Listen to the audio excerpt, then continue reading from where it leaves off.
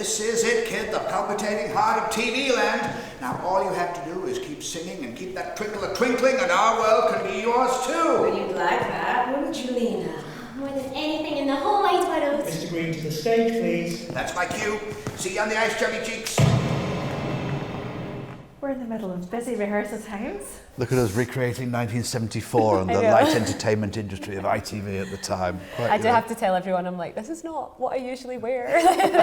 What is the show about? Tell us. Well, it's all about the wonderful Lena Zavaroni, played brilliantly by Erin. It's a fascinating show for so many reasons. Lena was one of the first big talent show winners. And It's a sad story, isn't it?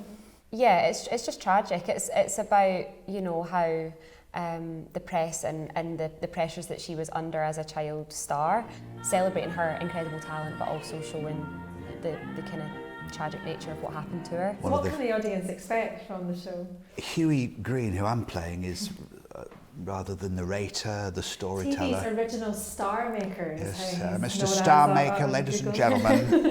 There's this fellow called Simon Cowell in the future. I think Doctor Who's going to have to tell me about him. I've got no idea. 100 points! I've never seen anything like it!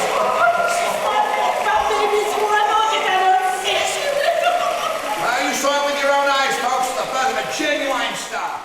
And Erin, this is your first theatre role, isn't it? Your first time at the Fringe. How does that feel? Yeah, I'm just over the moon. I'm so excited to be doing it. And you're learning from a Fringe stalwart like yourself. Exactly. You've certainly seen your fair few Fringes of your time, haven't you? Yeah, these last few years, it's been nice to see it come back at full speed, you know, recovering from those pandemical times.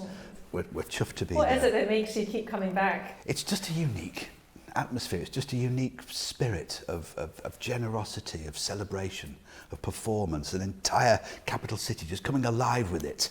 It's the variety of stuff that's on as well, isn't it? Like, I find sometimes I'm going into the Fringe thinking, oh, like, you know, I don't know what to expect, and you come out and you're like in floods of tears, or you're overjoyed, or you're in stitches laughing, or you come out and you go, what was that? Like, you're sometimes just like, what was that? And you're going from one venue straight to another for your own show, Imposter Yes, Syndrome. that will be a switch of codes.